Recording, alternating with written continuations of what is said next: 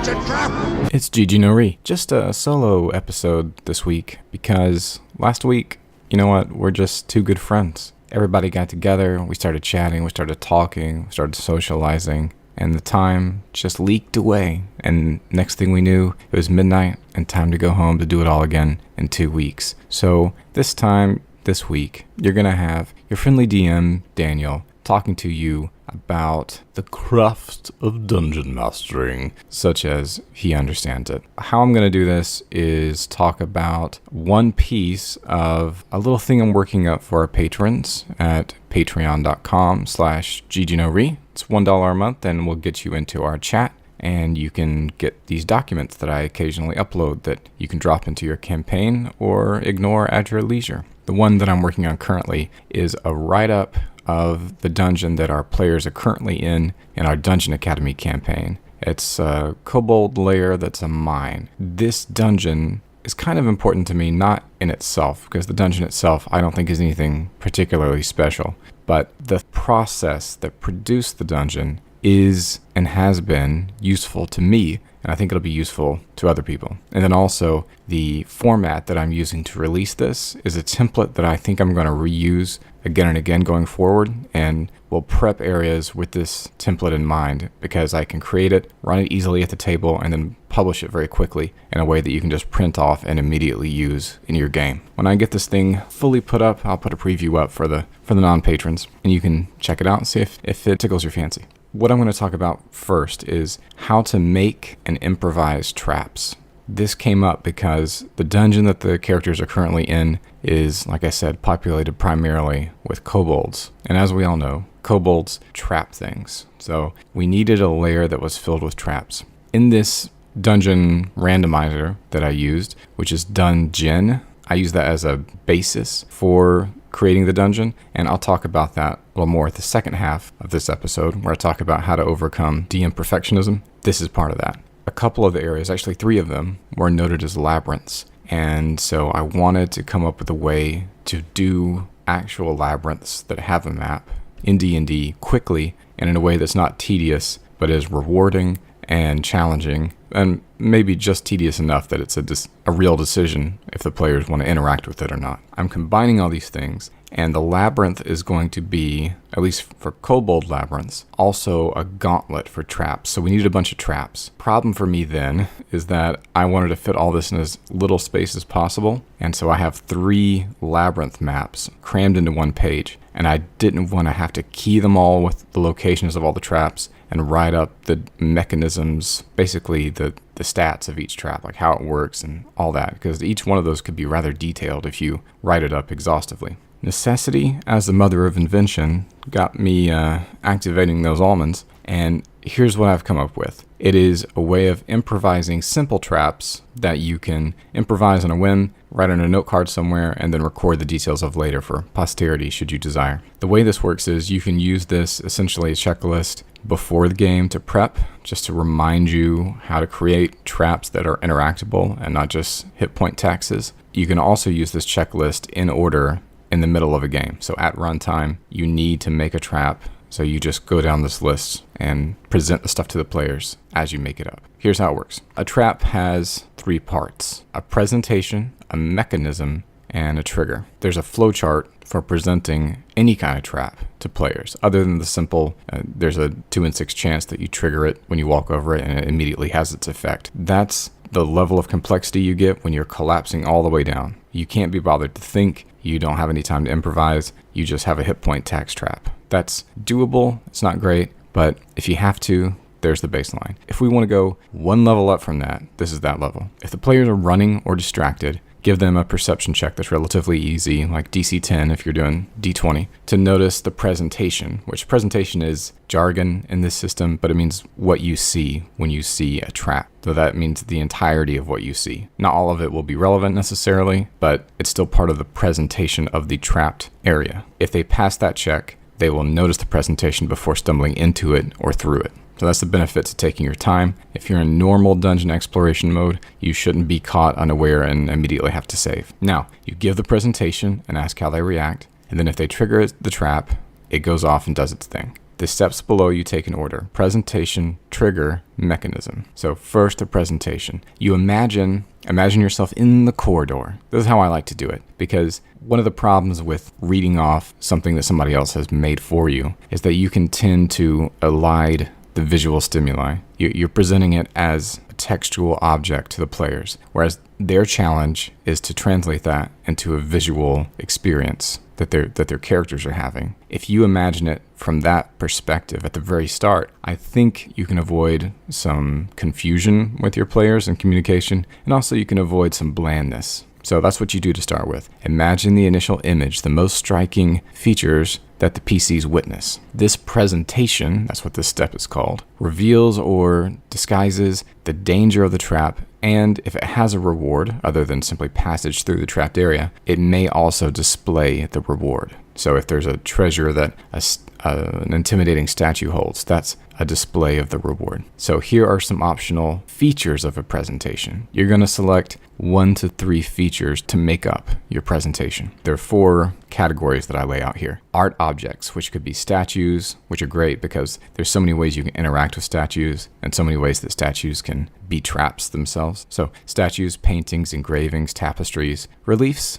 either sunken or high, unusual objects like thrones, heaps of coins, chairs, musical instruments. There's also devices, levers, knobs, panels that are raised, sunken, glowing in the wall, in the floor, whatever. Gears, pipes, handles, chains, ropes. Then a category I'm calling scars, which are burns, discolorations, gouges, scratches, holes, slits, cracks, gleaming, voids, and pits. And then creatures. Dead, apparently, dead actually, sleeping, chained, hanging, dismembered, skinned, taxidermied, illusory. You don't think about it. You just pick something that comes to mind, and that's what you say they see. You can just pick one of them, or you can pick up to 3. So maybe there's 3 levers, and you can just count the levers as a group, and some burns on the ceiling. And that's your presentation. That's what you do. And then for each feature, you select a location where it's displayed. I mean, this is obvious, but ceiling, wall, midair, floor, front, middle, back. So it could be at the end of the hallway, on the ceiling. There could be burns on the wall and the floor. You get the idea. Now then, you need to decide if there's treasure. The old school recommendation is that there's I think on the treasure, or rather on the trap result, when you're randomly stocking, there is no treasure. But I like to have traps be tempting as well as dangerous. So I like to have,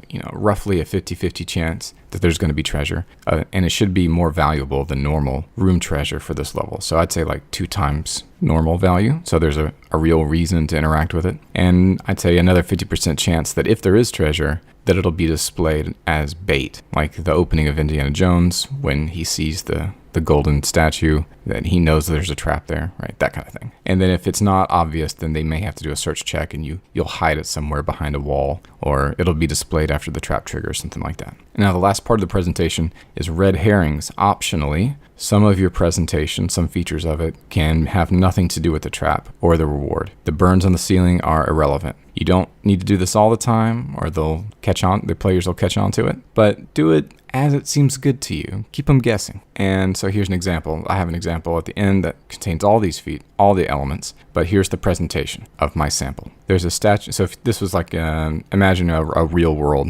medieval scenario in England, like for LOTFP. A statue of St. George is at the end of the hall. So St. George is the art object, a statue, and the location is at the end of the hall. The dragon he's slaying appears to have gems for eyes. So in this case, we do have treasure, although that could not actually be gems upon further inspection. But in this case, let's say they are. And it's obviously displayed as bait. Fist-sized holes form a forearm-wide grid all along the walls and ceiling for 10 feet in front of the statue.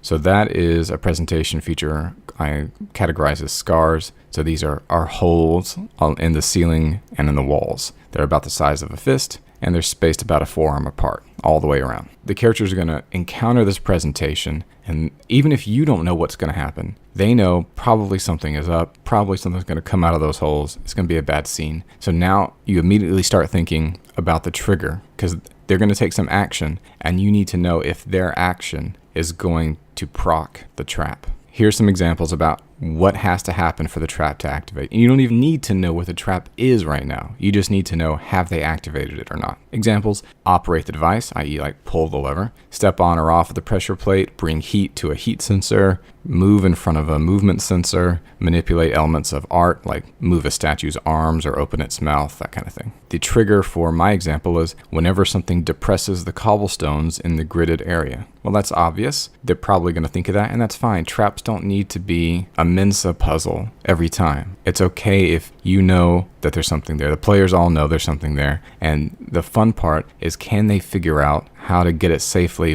before random encounters present an unfortunate complication to their problem-solving activity? Now, the last part is the mechanism, what the trap actually does. And you've seen plenty of traps, so I'm sure you can think of them by yourself. So there's gas, which can be fire, poison, ice, sleep, confusion, rage, charm. You can have lasers, arrows, spears, scythes, falling blocks, whatever. I've got a whole list of them on the last page of this document that I've been talking about. And that's what'll happen when the trigger activates. And so as you can see, with this method of preparing or improvising, you don't even have to know what's going on. You're experiencing it as the players do, but you're also not making it up in response to things they do. So it's set in stone what's going to trigger it and then what's going to happen before they do anything. And if you need to take a second, you can just tell them, give me a sec. Because you can just pick off this list of things. It's not going to take you very long to make stuff up, even if you're not feeling creative. And worst case scenario, like I said, the ultimate fallback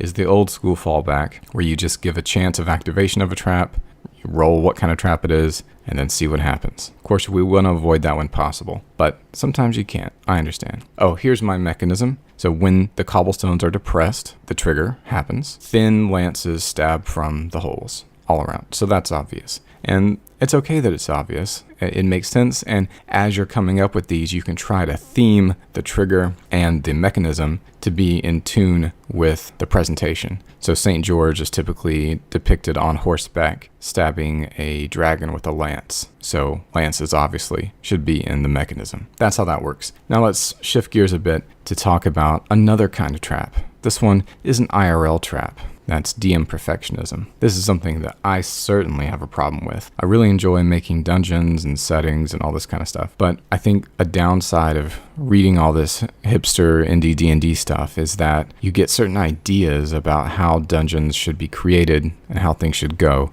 And if you're putting out stuff that's not up to that standard, like if you're not putting out Patrick Stewart level dungeons on the fly, you might feel like, what's the point? Who cares? But the problem is, the main thing that players need, and that will be fun for you in turn, is just stuff to interact with. Because you can always improvise on the stuff, you can decorate this stuff, you can reincorporate this stuff. It can get more complex as you go, even if it begins from rather humble origins. The key is just to get stuff on the page, and then do revisions to make it up to your standards. For instance, I like to have dungeons that are very vertical and have lots of ways to interact with them, ways to go through them, to traverse them, where revisiting old areas is valuable. Same thing with traps. I want my traps to be interesting, as we talked about before, so come up with a system to make that easier. And I want my cities also to have a lot of things going on in them that the players can interact with, and they're not just obvious. And so there's a lot of standards that I have that I feel like I can't meet. And so the end result is that I end up only doing a really small slice of my potential. The thing is, you have to disabuse yourself of the notion that if it's not up to your standards, it's not worth doing, because even the most basic stuff, think about it. Keep on the Borderlands. It's not, look at the content there in the dungeons. It's not really that great,